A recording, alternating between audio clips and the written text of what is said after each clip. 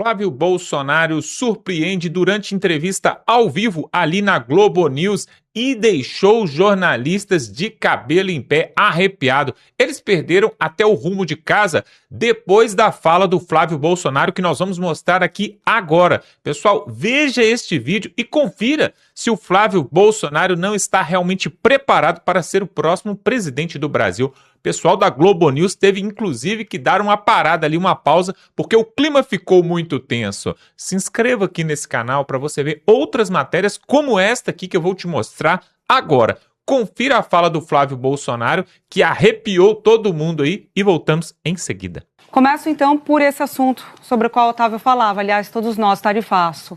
Houve a aplicação dos 50% no Brasil, uma repercussão positiva na oposição, no partido do senhor, na família do senhor, agradecendo a Trump, elogiando.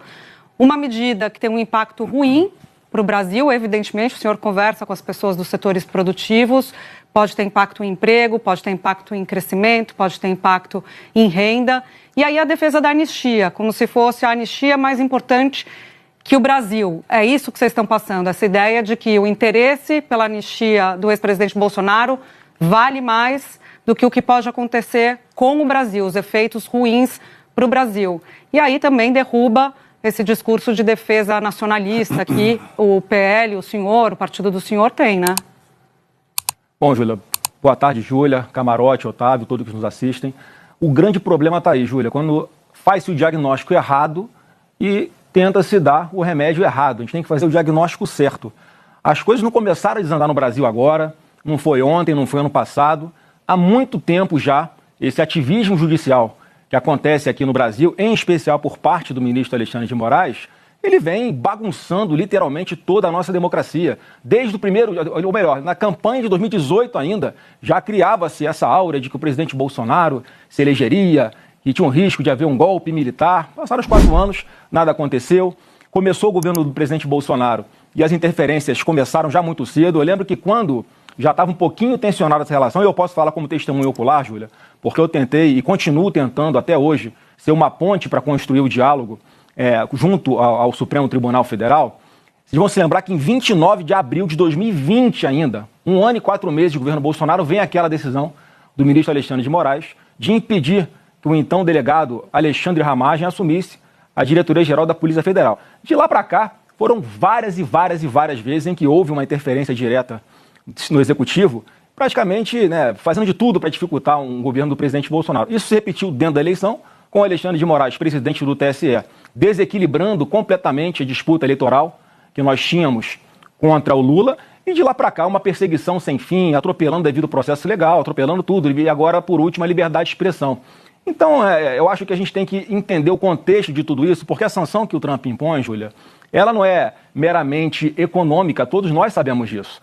Ela tem um viés, sim, político e tem um viés econômico, porque é claro que o Trump olha aqui para a América do Sul e enxerga muito claramente para onde o Lula está levando o nosso país. Então tem esse cenário todo, e aí sim é que tem o remédio. E eu digo o seguinte, Júlia, que a gente tem que tratar isso tudo com muita seriedade, com muito equilíbrio e com muita responsabilidade, porque senão o Brasil vai sofrer muito, e não é o que eu torço, não falo isso aqui com nenhuma alegria. Eu também fiquei surpreso com uma taxa de 50% sobre os produtos brasileiros exportados para os Estados Unidos. O Eduardo Bolsonaro estava lá trabalhando, e o que a gente tinha notícia aqui é que havia uma costura para alguma sanção ao Alexandre de Moraes. Mas é mais uma prova de que o Eduardo Bolsonaro não consegue manipular o Trump, não tem nenhum controle sobre o presidente da maior democracia do mundo.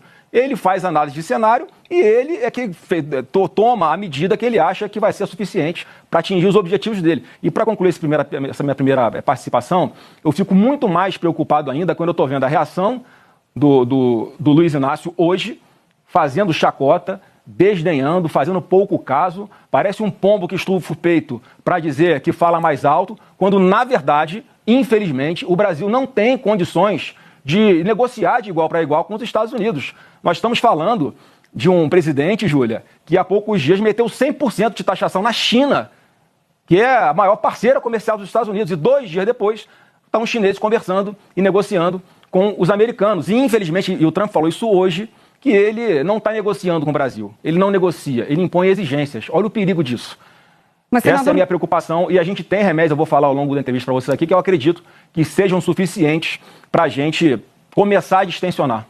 Mas, senador, no final do dia, o que os senhores estão fazendo é aplaudir uma decisão que é ruim para o Brasil. É sobre isso. Não estou aplaudindo a decisão dele. Pode-se discutir a questão jurídica do pai do senhor, do ex-presidente, na própria justiça. Agora, aplaudir o que estão fazendo contra o país é ruim, vai na contramão dos discursos dos senhores mesmos, que defendem a defesa da soberania nacional, defendem o nacionalismo. Quer dizer, tem uma incoerência e parece que para beneficiar um grupo... que se taxe um país todo. E que o Brasil pague por isso, né? É bom que você me dá a oportunidade de desfazer essa percepção equivocada. Ninguém está feliz com o que está acontecendo com o Brasil, não. Eu estou aqui angustiado, estou preocupadíssimo. E eu estou mais preocupado ainda porque o presidente é o Lula. É uma pessoa que não tem o menor respeito, nem capacidade, estatura moral para negociar com o Trump, ainda mais o perfil do Trump que todos nós conhecemos, que é um perfil bastante agressivo em suas negociações. O que a gente está defendendo aqui é o retorno da normalidade no nosso país, é o retorno da liberdade no nosso país, é que não haja censura em redes sociais, é a soltura de presos inocentes, é uma série de coisas, como eu falei, que não começaram de ontem para hoje. Há muito tempo, Júlia, que o Alexandre de Moraes vem atropelando todos os direitos e garantias constitucionais dos brasileiros, dos advogados, inclusive dos seus pares. Ele atrai o Supremo Tribunal Federal inteiro para um buraco negro que não era para estar o Supremo todo. Mas como a maioria está dando suporte para ele fazer o que está fazendo, você testemunha, Júlia, eu já te dei entrevista falando isso. As pessoas que estão me assistindo sabem como é que eu venho alertando isso há bastante tempo. Eu dei uma entrevista ano passado ainda, em que eu falava que a minha preocupação era que chegasse um momento em que o Brasil fosse tratado como foi a Venezuela, no governo Biden ainda. Porque lá não houve eleições limpas, porque o Maduro tirou a Maria Corina Machado na mão grande da disputa presidencial. Naquela época, o acordo que foi feito para que o Biden não sancionasse as empresas de petróleo venezuelanas foi que houvesse eleições limpas. Ele não fez o voto impresso, né? Gosto ou não da palavra, o voto impresso garantiu que o mundo inteiro soubesse que lá houve fraude nas eleições. Eles estão sendo sancionados até hoje, a sanção começou no governo do Biden. E eu falei isso lá atrás. E chegou a hora aqui no Brasil, e nós temos pouco tempo para conseguir, nós aqui, darmos uma solução antes que chegue o dia 1º de agosto. Porque o Trump, eu não vejo nenhuma dificuldade, Júlia, de o Trump passar essa taxação de 50 para 100 para 200 ou para zerar. Ou para botar 200 mais a lei Magnitsky, que vai punir pessoas individualmente aqui no Brasil, senador, que na cabeça dele possam estar tentando contra a democracia no nosso país. Senador Otávio Guedes, prazer falar com o senhor. Senador, o senhor não acredita que negociação vai resolver, pelo que o senhor está dizendo. O principal aliado do seu pai, de vocês, o governador Tarcísio, nas manifestações que ele fez até agora, públicas pela rede social, ele fala em abrir diálogo com os Estados Unidos, com dados e argumentos consolidados. Depois ele fala que, na verdade, o Lula colocou ideologia acima da economia, que o problema é econômico e esse é o resultado. Por que o Tarcísio não está fazendo o discurso que o senhor está fazendo? Big Techs, anistia, etc, etc. Olha, Otávio, eu tenho que perguntar para ele. Eu vi hoje que ele fez um movimento de conversar com um encarregado de negócios dos Estados Unidos. Eu não sei o que é que ele tratou lá. Agora, eu estou dando entrevista aqui, obviamente talvez eu esteja um pouquinho mais atualizado do que o Tarcísio no que está acontecendo e tenho uma leitura, ou tento ter uma leitura um pouco melhor do que está passando na cabeça do presidente dos Estados Unidos.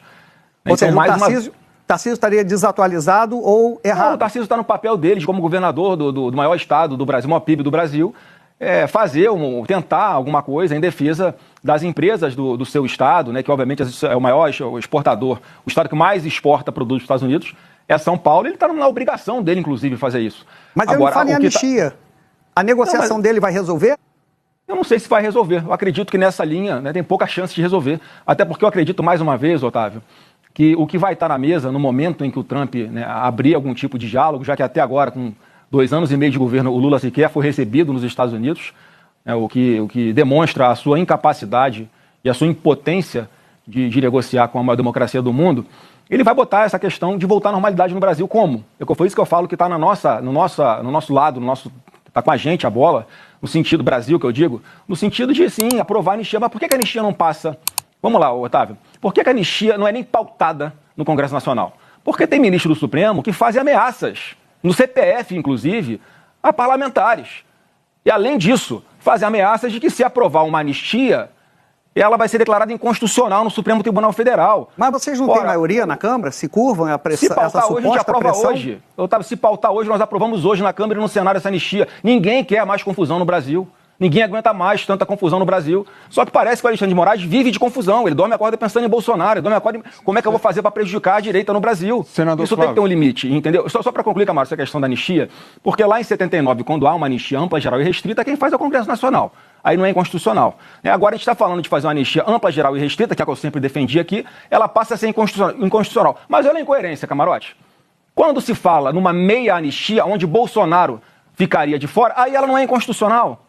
Aí o Congresso pode se meter. Olha como é que está sendo uma coisa dirigida. Olha como é que estão fulanizando toda essa situação. Olha o preço que o nosso país está pagando por causa da teimosia de Alexandre de Moraes. Senador Flávio, existe uma questão que está preocupando os empresários brasileiros, o setor produtivo brasileiro. A Embraer está com suas exportações ameaçadas para os Estados Unidos. O pessoal da área de suco de laranja, o pessoal da área de aço.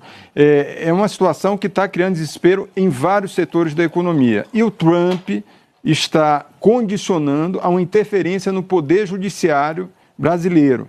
Ou seja, colocando essa taxação de 50% condicionada a justamente uma mudança, inclusive na condução do julgamento no Supremo Tribunal Federal. Ele fala de caça às bruxas. É dessa forma que o Trump está colocando. E aí eu lhe pergunto, o país inteiro, o setor produtivo brasileiro, o setor exportador brasileiro vai ficar condicionado a isso? O senhor avalia que é correto esse tipo de interferência na soberania do país? Olha, Camarote, eu acho que muitas pessoas, né, que tinham a capacidade de evitar que chegasse nesse ponto a situação aqui no Brasil, fizeram piadinha disso tudo ao longo do tempo. Fizeram piadinha do trabalho de Eduardo Bolsonaro lá atrás. Vocês se lembram, vocês me publicavam, repercutiram isso aqui. Havia uma piadinha dentro do Supremo Tribunal Federal de quem teria o passaporte apreendido primeiro. O próprio ministro Alexandre de Moraes usou uma metáfora... Foi visto com gravidade. Tamanha que ele está sendo investigado pelo Eduardo Bolsonaro. Lógico, mas é a caça às bruxas, isso o Trump tem razão. O próprio Alexandre de Moraes, o que ele falou? Eu só vou acreditar quando o porta-aviões americano chegar aqui no Lago Paranoá, em Brasília. O porta-avião americano chegou no Lago Paranoá, em Brasília, para a infelicidade de todos nós. E como é que os Estados Unidos entram nessa confusão toda, o Camarote? A gente não pode não olhar o contexto. O próprio Alexandre de Moraes, ele deteu o hoje braço direito do Trump, chamado Jason Miller, dono daquela rede Getter, no aeroporto internacional, quando ele estava voltando para os Estados Unidos. Ele bloqueia as contas da Starlink para aplicar uma punição ao então Twitter para poder chegar em Elon Musk, que é investigado no inquérito da fake news, que está aberto há 6 anos nesse Brasil. Está tudo errado. O que começa errado vai terminar errado. E qual que é a minha grande preocupação, qual é o grande problema que eu vejo nisso tudo? Que o Brasil, no fim das contas, não vai ter condições de negociar. É o que o Otávio estava me perguntando, Otávio. Mas aí o senhor está justificando, senador. Estou justificando, mas é a realidade, tem que ficar na realidade, Câmara, do jeito que ela é. A interferência de um outro país num poder aqui do país com retaliação. Eu estou encarando a realidade, Camarote. A realidade hoje é a seguinte, isso me preocupa demais. A realidade hoje é a seguinte, o Brasil vai sentar para negociar com alguém que está disposto a fazer qualquer coisa e que ele não tem preocupação de sanções por parte do Brasil, porque não vai afetar o país dele. Essa é a minha preocupação. Hoje nós estamos vivendo o dia do luto. Mais uma vez, a gente está aqui angustiado, sofrendo, preocupado, tomamos um remédio muito forte, que era contra a nossa vontade, mas daqui a algum tempo esse efeito vai passar e a gente consegue resolver antes, pelo menos, de 1º de agosto, quando entram em vigor essas sanções de 50% de taxas sobre os produtos brasileiros, com essa anistia aprovada rapidamente no Congresso, já que eu sei que tem votos lá para aprovar, ela não é pautada por causa de ameaças de ministro do Supremo. A gente não pode fingir que a nossa democracia está normal. Então não é, Júlia, respondendo a sua pergunta inicial também. Então vocês estão defendendo, vocês estão aceitando o Brasil se sucumbir à ameaça que Trump está fazendo ao país. Esse é o ponto, Júlia. Assim, se derem anistia, tudo bem. Então, a gente tira os 50% de taxação. No final do dia, o discurso dos senhores, e eu quero ouvi-lo sobre isso, é de ok o Brasil aceitar a chantagem, ok a gente aceitar a interferência no Poder Judiciário, ok o Brasil perder emprego e parar de exportar, se a gente tiver o que a gente quer, que é a anistia. Quer dizer, de novo, a gente volta para a mesma discussão. É a defesa de um interesse de um grupo político em troca do interesse maior do Brasil. Ô, Júlio, eu vou tentar ser mais claro. Você sabe o que é um contrato de adesão? Contrato de adesão é aquele que você, quando vai comprar uma linha de telefone celular, você assina lá com a operadora. Você pode discutir alguma cláusula daquela que está ali? Não pode. Ou você adere àquele contrato, ou você assina, ou você não assina, você vai buscar, né? Ou vai falar no orelhão. E, mais uma vez, não é o que eu torço, não é o que eu defendo, não estou justificando. Eu estou falando como é que vai ser a realidade. Ou o Trump falou hoje isso. E a gente tem que entender qual é a correlação de forças. Por causa dessa postura do Lula hoje, de querer peitar os Estados Unidos, de querer ameaçar, de querer falar que vai taxar de volta os produtos. Olha a insanidade do que esse cara está falando. Parece que ele quer tocar fogo no Brasil de uma vez. Não é um contrato de adesão, mas eu tô senador. falando, Júlia, mas o problema, mais uma vez, pelo amor de Deus, não é o que eu acho, não é o que você acha, não é o que seria o ideal, não é o que é justo. É o que é. E é isso que a gente está enfrentando hoje. Se nós não resolvemos aqui internamente esse problema, as sanções virão. E quanto mais demorarmos a resolver, mais tempo elas durarão. Ou então elas serão aumentadas. Então a gente está numa situação, eu até quero aproveitar para desfazer uma fake news que fizeram comigo, porque eu dei um exemplo e exploraram como se eu estivesse defendendo que os Estados Unidos têm que jogar uma bomba atômica aqui no Brasil. Né? Pegaram um recorte do que eu falei, eu estava dando o exemplo de um país mais fraco que estava em guerra com os Estados Unidos, que era o Japão, quando eu falei das 2 bombas atômicas, em que não adiantou nada você não se render antes. Tá? Que é isso que vai acontecer no final das contas com o Brasil. E não falo mais uma vez, não falo isso com felicidade, com orgulho, não. Eu sou brasileiro, sou patriota, vou defender até o fim da minha vida esse país. Senador, só que a gente não pode estar vendo um canhão apontado para o seu peito e você correr para cima do canhão de peito aberto. Isso é burrice. Senador, esse é o ponto que eu estou falando. Parece que o senhor está defendendo a bomba atômica no Brasil. Não estou. Foi bom, eu fiz questão de tocar aqui nesse assunto, porque é óbvio que eu não defendo isso, não sou maluco. Agora... Né? E só mais uma vez, eu estou falando com relação à correlação de forças, Otávio. A gente não pode achar que a gente vai invadir, eu e você, de estilingue, o Complexo do Alemão no Rio de Janeiro. Por que o seu pai, na eleição lá do Biden, ele falou quando acaba a saliva, tem a pólvora? Foi quase uma declaração de guerra. O que mudou no poderio? Ele não tinha medo? Não existia esse temor? Aliás, falar em declaração dos seus pais, senador, os senhores acusam o Lula de anti-americanismo, a esquerda de anti-americanismo. Eu vou ler algumas declarações do seu pai enquanto deputado. Ele dizia o seguinte, ele foi numa viagem à Amazônia e disse assim, chegou a meu conhecimento que um capitão norte-americano que faz parte do 8º Grupamento das Forças Especiais dos Estados Unidos, de nome Robert Cody, está na Amazônia porque claramente há interesse norte-americano em internacionalizar a Amazônia. Então ele está acusando os Estados Unidos de infiltrar um oficial para internacionalizar a Amazônia. Depois ele diz que nessa viagem a preocupação demonstrada foi com a cobiça internacional, principalmente dos Estados Unidos. Um discurso anti-americano. E depois o Bolsonaro também em discurso, isso não é entrevista, roda de conversa, não, isso é no plenário da Câmara, está nos anais da Câmara. Então ele diz assim, quanto mais tempo ficamos sem saber o que temos dentro da Amazônia, melhor será para os países do primeiro mundo, em especial os Estados Unidos. Então ele acusa os Estados Unidos de tentar roubar a Amazônia do Brasil, vê os Estados Unidos como inimigo. Então por que houve essa mudança de um país ameaçador para um país no qual nós devemos baixar a cabeça e cumprir o que Trump quer? Olha, Otávio, você sabe de que época foi isso mais ou menos, só para saber qual era o contexto disso? Que ano foi isso? Faz 30 anos isso? 25? Só para ter uma ideia. Em que contexto isso aconteceu? O contexto? Ele foi convidado para uma viagem para a Amazônia e chegou na Câmara e denunciou essa infiltração de um oficial americano, um discurso anti-americano, que vocês acusam o Lula de fazer. Não, você está distorcendo as coisas, desculpa, Otávio. Isso certamente foi num contexto em que havia uma discussão sobre demarcações de terras indígenas aqui no Brasil, em que, coincidentemente, a cada reunião da ONU voltava aqui um presidente do Brasil à época dizendo que ia demarcar não sei quantas terras indígenas no país, e, coincidentemente, o subsolo de todas elas é riquíssimo em tudo que o mundo precisa para sobreviver por séculos. Então, obviamente, ele fazia alguma colocação contra essa demarcação. Inclusive, nós defendemos hoje que o próprio indígena, para respeitar a sua autonomia, se ele quiser, ele pode explorar a sua terra, inclusive o seu subsolo, e fazer com que essa riqueza seja distribuída para esses indígenas ou para todo o país como um todo. Então, acho que foi nesse contexto que ele deve ter falado isso. Senador, eu queria voltar ao tema específico. Sim, e na sua argumentação, o senhor estava falando da anistia, aprovação do projeto da anistia, e aí que teria uma reversão das tarifas do Trump. O senhor está sugerindo exatamente uma troca? Seria isso, trocar a taxação pela anistia, pelo Congresso Nacional? Primeiro que eu não tenho nem procuração para falar pelo Trump, obviamente. Eu não sei exatamente o que ele vai querer. Eu estou interpretando a carta dele. O que ele começa falando da carta? Mas o senhor acha isso pertinente? Não, assim, eu não acho pertinente, só que mais eu não acho justo, não acho correto. Agora, mais uma vez, é a realidade. Ele começa a carta dele falando da perseguição, da caça às bruxas ao Bolsonaro, aos seus aliados, à sua família, o que é um fato. Eu quero fazer a pergunta para quem está nos assistindo. Você acha que o presidente Jair Bolsonaro está respondendo a um julgamento isento?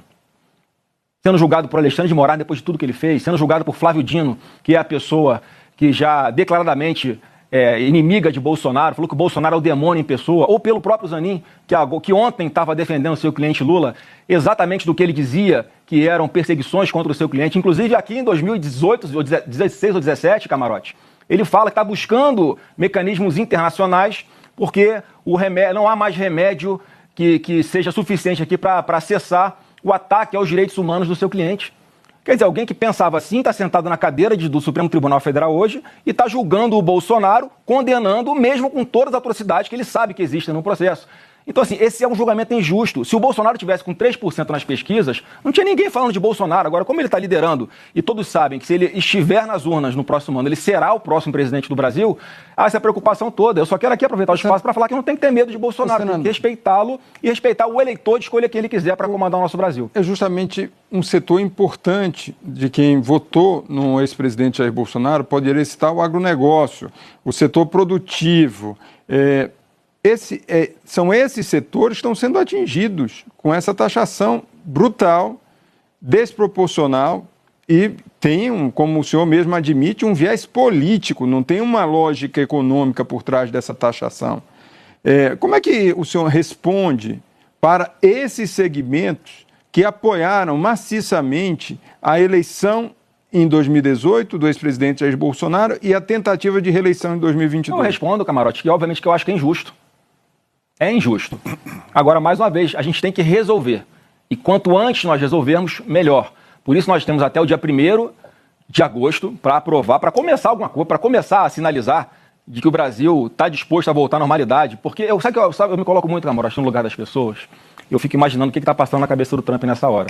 Ele deve olhar para a América Latina e ver o que está acontecendo na Venezuela. Deve pensar assim, vou esperar chegar nesse ponto para depois impor sanções às empresas brasileiras ou tentar fazer alguma coisa para que a democracia ali prevaleça, porque ali vai ser mais um bunker do meu concorrente mundial, que é a China. É isso que passa na cabeça dele. Então, se nós estamos aqui nesse momento discutindo como é que sai dessa enrascada, eu estou falando qual é o caminho. A gente sai dessa enrascada voltando o Brasil à normalidade, para começar. Eu estou dizendo aqui bem claro, para começar, eu imagino que é isso, que vai ser um gesto importante, é aprovar uma anistia ampla, geral e irrestrita, já que na carta dele ele fala claramente que é uma caça às bruxas a Bolsonaro. Então vamos acabar com a caça às bruxas ao Bolsonaro, que é o que a gente já tinha que fazer independente de pressão externa, que todo mundo está fingindo que nós estamos numa democracia plena e só porque é contra o Bolsonaro pode. Vamos fazer um exercício aqui, Camarote? Pega esse processo do Bolsonaro e bota na capa Michel Temer. Já está todo mundo reagindo assim? Pega esse processo do Bolsonaro e bota na capa Luiz Inácio Lula da Silva.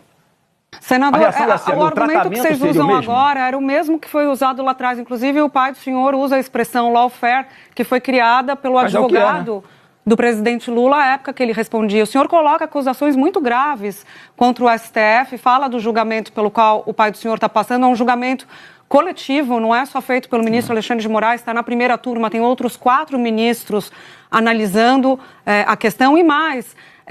Ainda eu não consegui entender a argumentação do senhor de que, no limite, ela aceita a chantagem em troca do benefício no Poder Judiciário, pelo Poder Judiciário, ainda mais pedindo para o Executivo fazer uma interferência indevida no Poder Judiciário.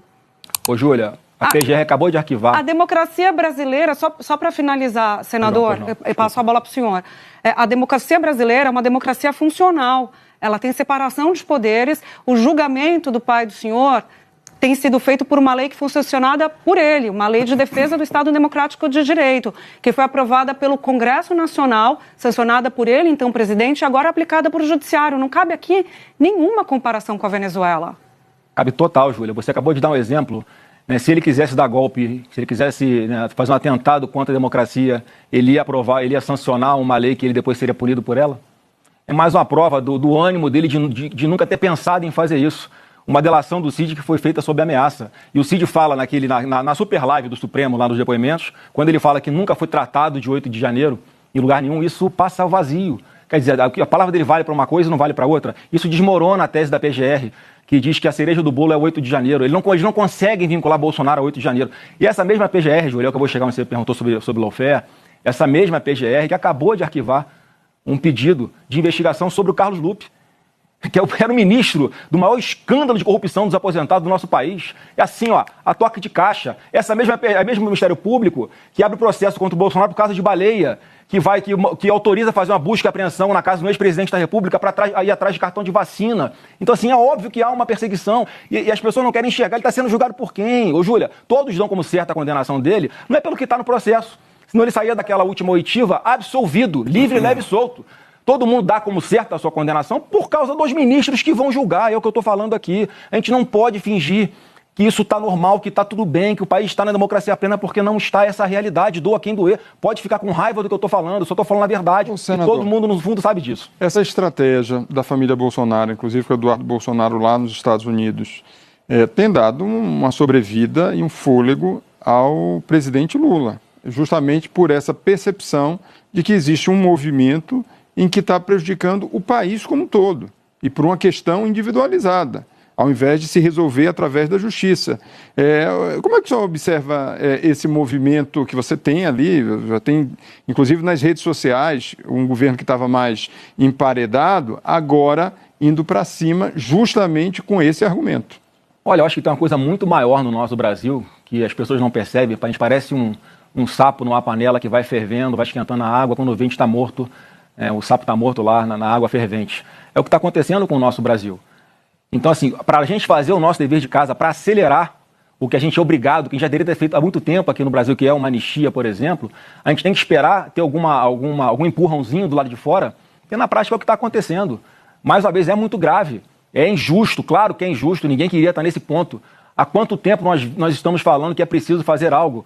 Mas, infelizmente, as coisas não acontecem. Não há uma autorregulação do Supremo. O Alexandre de Moraes faz o que faz, a revelia de tudo, arregaçando a nossa democracia, e porque é contra o Bolsonaro está valendo. Então não é narrativa. A gente não bota na balança, Camarote, e pesa. O que vai dar voto, vou fazer. O que não vai dar voto, não vou fazer. A gente está fazendo aquilo que a gente acha que é o certo, porque lá no final, no fim das contas, a gente sabe que a gente está lutando para que o nosso Brasil volte à normalidade. A gente vai viver mais quanto tempo com um parlamentar ficando com medo de subir na tribuna, dependendo do que fale, ele vai ser preso. Mas mesmo que o Brasil agora, senador, eu não estou defendendo que esse seja o remédio, não, Júlia. Eu não defendo que esse seja o remédio, não. Inclusive, o Eduardo estava lá trabalhando, mais uma vez, e nós aqui entendendo que era por uma sanção pela lei Magnitsky ao Alexandre de Moraes. Mas ele disse que era corretíssima a decisão do Trump. E quem decide qual vai ser a sanção, o que faz, o que não faz, é o Trump. Mais uma vez, agora o avião já decolou. A gente tem que fazer alguma coisa para que esse sofrimento não se alongue, não se prolongue. Porque se nós não agirmos dessa forma, se não descermos aí do pedestal, se não formos humildes, infelizmente o Brasil vai continuar sofrendo cada vez mais. Senador, mais uma vez, Alexandre de Moraes está em suas mãos. Autorizem, olha só o que eu vou falar aqui, Júlia, Otávio e Camarote. Esse sim é uma democracia. Alexandre de Moraes, autorize o Congresso Nacional a votar a anistia. Olha a independência que existe entre os poderes hoje. Olha a minha cara de felicidade com isso. A gente não pode continuar vivendo desse jeito no Brasil, gente. Até pela liberdade de imprensa, pelo amor de Deus. Onde é que isso vai parar? Senador Flávio Bolsonaro, muito obrigada pela sua presença. Tá, e realmente o Flávio Bolsonaro está mais do que provado que ele está, sim, preparado para ser o próximo presidente do Brasil. Pessoal, na verdade, vamos falar aqui diretamente, sem lero-lero, sem papas nas línguas. O que nós temos hoje, o que a direita tem hoje para bater de frente com o Lula é o Flávio Bolsonaro. Então, para você que está aí, de repente você está em cima do muro, está com o pé atrás, porque o Flávio não parece com o Bolsonaro, porque ele é muito paradão, porque ele é muito quietinho. Pessoal, o que nós temos é isso.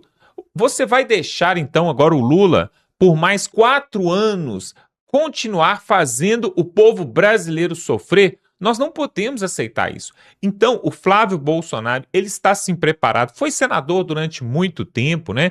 Já é político há vários anos, ele é empresário, muito bem sucedido. E você sabe que o problema desse país, um dos problemas, é a falta de emprego, de oportunidade de trabalho. E quem gera emprego são os empresários, os empreendedores. Então, o Flávio Bolsonaro, com a sua experiência que ele tem como empresário, empreendedor e também como senador ali no Legislativo, ele vai sim criar milhares e milhares de portas de emprego, oportunidade de trabalho para esses jovens que estão aí nas ruas se perdendo e até para pessoas mais velhas que estão perdendo a oportunidade de trabalho. E no dia de hoje também o Flávio Bolsonaro acabou de divulgar quem vai ser o seu vice, o Alfredo Gaspar, aquele lá da CPMI do INSS, vocês se lembram? Aquele que combateu ali, né, na CPMI do INSS, o relator que mostrou para o Brasil e para o mundo esse que foi o maior rombo financeiro do sistema previdenciário que já houve no Brasil e talvez até do mundo. Então ele foi escolhido para representar ali a chapa, né, e ser o vice-presidente do Brasil juntamente com o Flávio Bolsonaro. Olha só, na época do Jair Bolsonaro, escolheram lá, né, lá atrás, escolheu o Mourão, né, o general Mourão, o Jair Bolsonaro escolheu o Mourão. E aí muitas pessoas falaram, não, porque ele é do Exército, porque ele é militar e não vai dar certo, e coisa e tal. Pois é, acabou que no final das contas, né, o militar ali, o general do Exército, na verdade era melancia, né? Era verde por fora e vermelho por dentro. Vocês entendem o que eu estou falando, né? No final das contas, todos os outros generais ali que estavam à volta do Jair Bolsonaro, né? Como, por exemplo, o general Heleno do GSI, outros também que estavam em outros ministérios, foram investigados e alguns foram até presos, juntamente com Jair Bolsonaro. O único que saiu ileso da situação foi o general Mourão. E aí muitos falam que ele estava culiado ali, era um X9, um informante, um infiltrado no meio da direita. Bom, agora não está sendo escolhido um militar, mas está sendo escolhido alguém que combateu a corrupção nesse país, pelo menos estava ali na frente da CPMI como relator, CPMI do INSS, e fez um excelente trabalho. Só não foi prorrogada a CPMI do INSS para investigar mais pessoas porque começou a incomodar algumas autoridades. Quando chegou, por exemplo, no irmão do Lula, no Lulinha, no careca do INSS, pessoas que estavam ali à volta do Lula. Aí, né, o Congresso Nacional deu um jeito de parar aquela CPMI do INSS. Aliás, tudo aquilo no Brasil que investiga corrupção, mais cedo ou mais tarde vai ser apagado e vai ser parado. Eles não deixam continuar. Quer uma prova disso? A própria Operação Lava Jato, né? Cadê a Lava Jato, pessoal? Cadê a investigação do Mensalão, Petrolão? Foi tudo por água abaixo. Foi tudo por água abaixo. Eles conseguiram descondenar o Lula e depois acabaram com a Lava Jato, né? E agora a CPMI do INSS também caiu no esquecimento. E também a CPMI do Banco Master, que estava ali, ó, na boca do gol para poder ser aprovada e a gente saber tudo o que aconteceu, né, no meio dessa corrupção aí do Vorcar, os banqueiros e os ministros do Supremo. Pois é, o Davi Alcolumbre deu um jeito de segurar e também é outra investigação que nós não vamos ter no Brasil. Porque o Brasil, até agora, tem sido um país onde fazer corrupção não é novidade para ninguém e cada semana a gente escuta um rombo novo.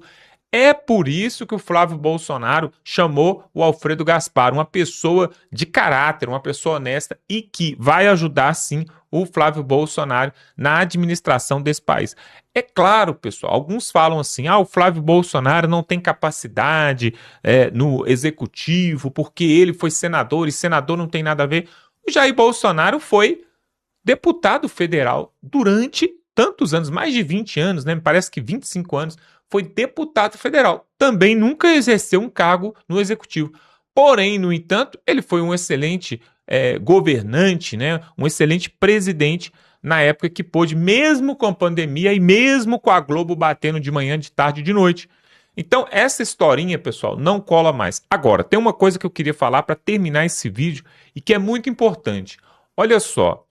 Em Minas Gerais, estava um impasse ali, né? O Cleitinho estava com quase 40% de intenção de votos ali para governador. E aí teve a situação do irmão dele que veio a falecer, e aí ele se afastou um pouco aí da divulgação e tal, do projeto de pré-campanha. E aí no último momento ele falou, não vou participar e tal. E até chorou, fez um vídeo emocionado. Só que um dia depois ele volta à cena e fala, não, eu vou participar sim, meus irmãos estão me apoiando, minha mãe está me apoiando, e se meu pai e meu irmão que já faleceu estivesse aqui, eles estariam dando um voto de confiança, eu quero ser governador de Minas Gerais. Só que aí o que aconteceu? O partido falou, não, agora já não tem mais jeito, a gente já tomou uma decisão aqui e não tem como voltar atrás, porque estamos em cima da hora de registrar aqui o nosso apoio a outro candidato ou a outro partido. E aí, meus amigos, por que eu estou falando isso? Porque o Flávio Bolsonaro agora tem um desafio grande em Minas Gerais. Porque não tendo o Cleitinho, que é uma representação da direita ali e que com certeza poderia ganhar até no primeiro turno, agora o segundo e o terceiro colocado mais bem nas pesquisas ali avaliados são de esquerda, que é do PDT, e o terceiro do PT. Ou seja, pessoal, o Cleitinho não participando dessas eleições ali em Minas, ele abre um precedente ali, um leque gigantesco para alguém da esquerda tomar conta ali e subir no palanque e levar, talvez até no primeiro turno, ou quem sabe no segundo turno, podemos ter 2 candidatos da esquerda em Minas Gerais. E por que eu estou falando de Minas Gerais? Talvez você é de São Paulo, do Rio, do Sul, do Norte, está pensando assim, mas o que tem a ver Minas Gerais? Tem a ver que Minas Gerais é o segundo maior colégio eleitoral. É o segundo estado que tem mais eleitores do Brasil. Só perde para São Paulo. E aí, geralmente, historicamente, né, eu já falei isso aqui, quem ganha em Minas para governador, a chapa que ganha ali, se ela é de direita, geralmente a direita também leva para presidente do Brasil. E se a esquerda leva em Minas, geralmente também leva para presidente do Brasil, porque é aquela questão, o cidadão está indo votar, ele não vai votar num governador de direita e na hora de apertar o número ali para presidente, ele vai mudar a cabeça dele, não, agora eu sou de esquerda, e vai apertar o 13. Isso não vai acontecer. E o contrário também não acontece. O cidadão está indo ali para votar no PT, Patrus Ananias, lá de Minas Gerais. Aí, não, ele é petista convencido. Aí ele vai lá para apertar o 13 para governador. Aí chega na hora de votar para presidente, ele muda. Não, agora eu sou Flávio Bolsonaro. Isso não existe, pessoal. Isso não acontece. É por isso que a gente fala, tanto em Minas quanto em São Paulo, quando uma posição, um espectro político ali de direita ou de esquerda vencem em São Paulo ou em Minas, geralmente carrega muitos votos para o presidente da República. E aí, agora nós temos esse desafio. Só que acontece que o Flávio Bolsonaro também acabou de divulgar que o Roscoe, que é também do PL, vai ser o candidato do PL ali por Minas Gerais. Agora, pessoal, vamos e venhamos. Aos 48 do segundo tempo, entre esse Roscoe, que poucas pessoas conhecem, para candidato pelo PL ali em Minas. Sabe o que vai acontecer? Vai acontecer que o Cleitinho vai se isentar, não vai apoiar ninguém, porque ele não vai participar, e aí a direita vai perder espaço em Minas Gerais. Isso acontece porque a direita normalmente não faz um planejamento para longo prazo, assim como a esquerda faz. E para terminar, sabe por que nós sabemos disso?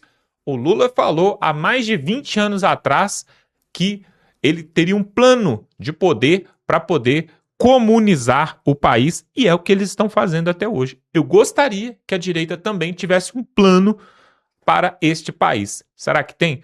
Olha só, mas ainda, pessoal, você não pode deixar de se inscrever aqui no canal, porque nós vamos continuar cobrindo esse processo eleitoral. Já vai começar agora aí, no próximo dia 16, aí, as campanhas eleitorais gratuitas. Nós vamos trazer aqui pesquisa para governador, para senador e principalmente na disputa entre Lula e Flávio Bolsonaro, a pesquisa, nós vamos trazer aqui. Então, se inscreve aqui no canal, gratuito, é só você clicar aqui embaixo, rola o vídeo para cima aí, ó, e clica aí se você está assistindo da TV, do tablet, do computador, mas também do celular, é só você se inscrever, gratuito, e aí você vai estar sendo muito bem informado. Vamos ficando por aqui e até a próxima.